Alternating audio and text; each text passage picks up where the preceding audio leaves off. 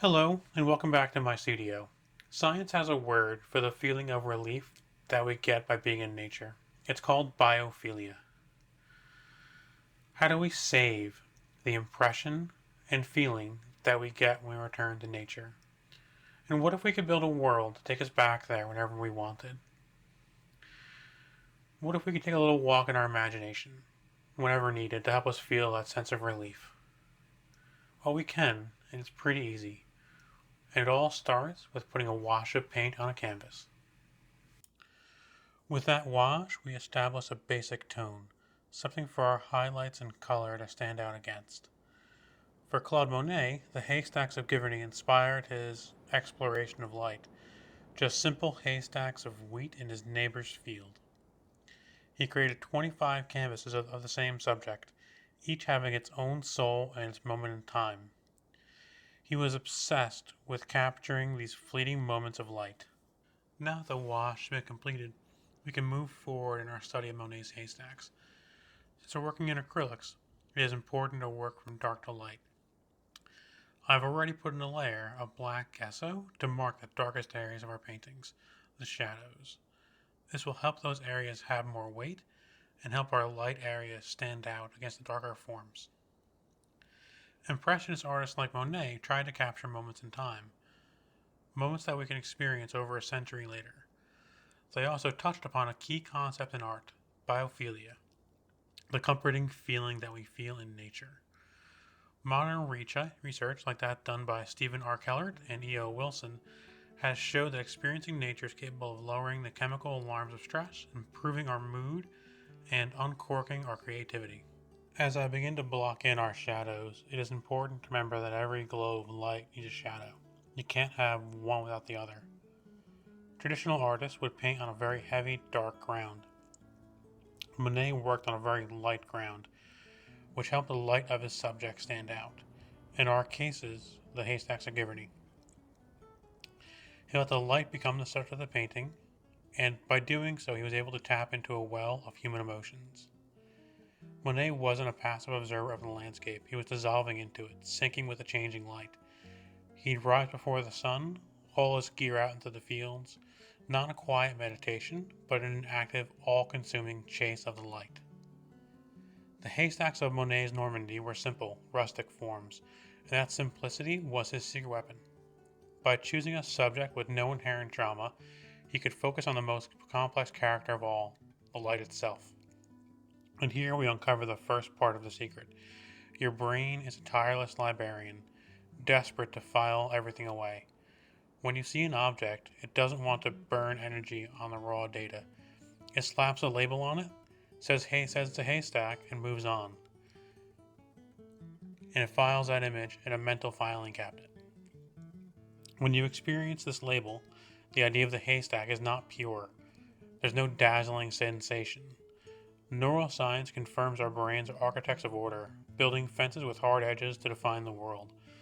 Monet's technique was a wrecking ball for those fences. With his shimmering, broken brushstrokes, he dissolved the edges. He forces your brain to stop labeling and start seeing. You're no longer looking at a haystack, you're experiencing the wash of lavender drawn on its flank, the blast of a fiery pink on its peak. He makes your brain stop looking at the picture on the puzzle box and start connecting the individual pieces of color and light. Blocking in the first dark shapes becomes a battle against the mind's librarian.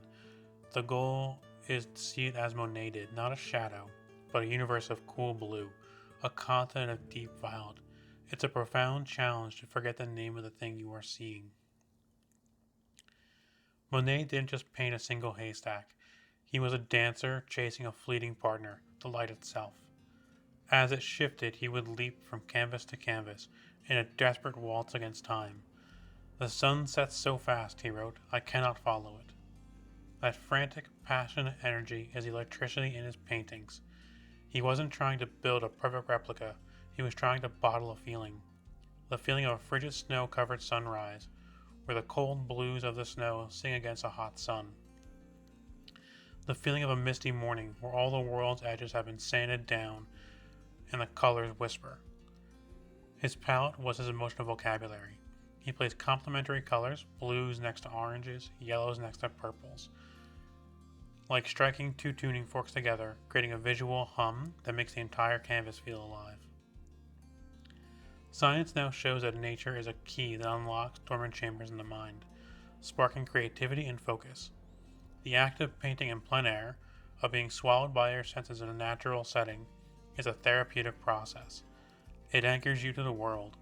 Monet's obsession wasn't just artistic work, it was a deeply human biophilic impulse. He was chasing the feeling he got from being out there, immersive and alive. As the layers of paint build from dark to light, the process mirrors his. This isn't just white and blue, it's the cold air of a winter's day made visible. The warm pink sun of a winter morning peeking over the fresh snow caps on the haystacks. The artist becomes a translator, turning the language of sunlight and atmosphere into the grammar of a paint on canvas. His paintings are a workout for a different kind of seeing. They dismantle the wall between you and the natural world. When you look at a haystack painting, you are not a passive bystander. Your brain is on the field with him, actively rebuilding the scene, stitching the colors together, feeling the same time of day and the warmth of light. For a moment, you are standing there, experiencing the world as he did. That experience is the essence of biophilia. Monet the artist became an alchemist, transforming simple paint into a technology, a potion that delivers a concentrated dose of what Monet, the man, felt while immersed in nature. He was painting the mental health benefits of the natural world. He'd figured out how to bottle the restorative power of a walk in the woods. He knew that to truly see nature was to reconnect with a lost part of ourselves, and that in that reunion we could find an endless well of peace, energy, and beauty. If this journey has handed you a new lens for seeing the world around you, consider subscribing and hitting the bell. I explore the hidden science behind creativity and in our everyday lives. Let me know in the comments what artistic or scientific concept I should tackle next. So next time you see a Monet painting, don't just see a pretty picture on a wall. See it as a doorway, an invitation to silence the librarian in your head for a moment, to simply experience the world through the pure magic of color and light.